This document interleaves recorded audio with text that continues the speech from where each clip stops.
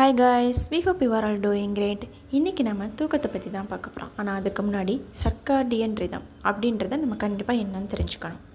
Circadian ரிதமை நம்ம உடல் கடிகாரம் இல்லை உயிரியல் கடிகாரம்னு கூட சொல்லலாம். இது நம்ம பாடியில் 24 மணி நேரமும் இயங்கக்கூடிய ஒரு கடிகாரமாக நம்ம சொல்கிறோம்.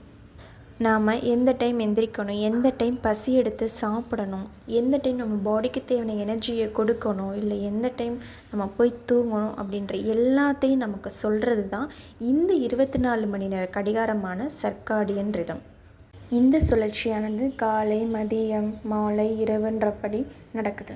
இதை கொஞ்சம் சயின்டிஃபிக்கலாக சொல்லணும்னா, நம்ம மார்னிங் கரெக்டான டைமில் எந்திரிச்சு சூரிய ஒளி நம்ம மேலே படுற மாதிரி போய் நிற்கும் போது அந்த ப்ளூ லைட் ரேஸ் நம்மளோட கண்ணு மூலயமா நம்மளோட பிரெயினுக்கு சென்று மெலட்டானியம்ன்ற ஒரு ஹார்மோனை சுரக்க செய்யும். ஸோ அது மூலயமா ஆட்டோமேட்டிக்காக நம்மளுக்கு கரெக்டான டைமில் தூக்கன்றது நமக்கு கிடைக்கும். அண்ட் இந்த சர்க்காடியன் ரிதமும் ஆக்டிவேட் ஆகி நம்ம பாடியில் இருக்க எல்லா உறுப்புகளும் அதோடைய கரெக்டான நேரத்தில் இயங்குவதற்கு இது தேவைப்படுது. இந்த சர்க்காடியன் ரிதம் சொல்கிறபடி நம்ம கரெக்ட் டைமில் தூங்கலை, சாப்பிடல அப்படின்றப்போ நம்ம தூக்கம் மட்டும் அஃபெக்ட் ஆகாது, நம்ம பாடியில் இருக்க எல்லா ஆர்கன்ஸோட செயல்பாடுமே இதனால் அஃபெக்ட் ஆகும்.